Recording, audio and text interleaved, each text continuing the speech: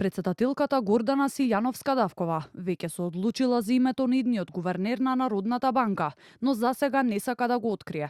Таа во изјава за медиумите кажа дека не би сакала одлуката прво да ја објави пред новинарите, а според нејзините најави, тоа се очекува да го стори утре. Силјановска-Давкова нагласи дека освен што за конечната одлука се водела од разговорите кои ги имала со потенцијалните кандидати, таа дополнително се консултирала и со експерти од областа и со луѓе кои претходно биле на функцијата. Не го кажувам пред новинари прво името, нема да ми се лутите, но веќе мислам дека знам. Јас мислам дека ако ги оценуваме кандидатите, тие со кои јас разговарав, веќе ги чувте имињата, нели? Низ призма на експертско знаење, дека немам проблем.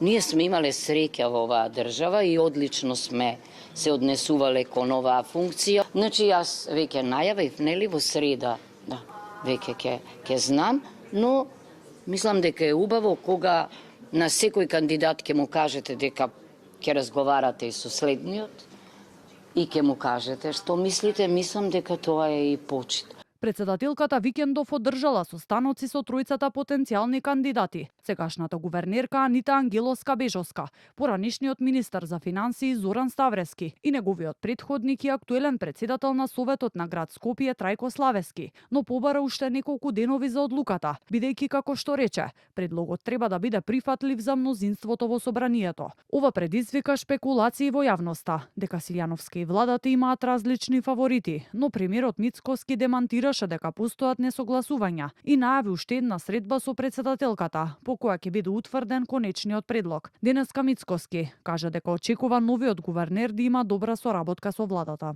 Очекува макроекономска стабилност, да биде драйвер во позитивните економски текови, да соработува со позитивните текови кои што ги генерира и политики владата, така што да почекаме да видиме кој ќе биде предлогот во собранието доставен од страна на кабинетот на председателката.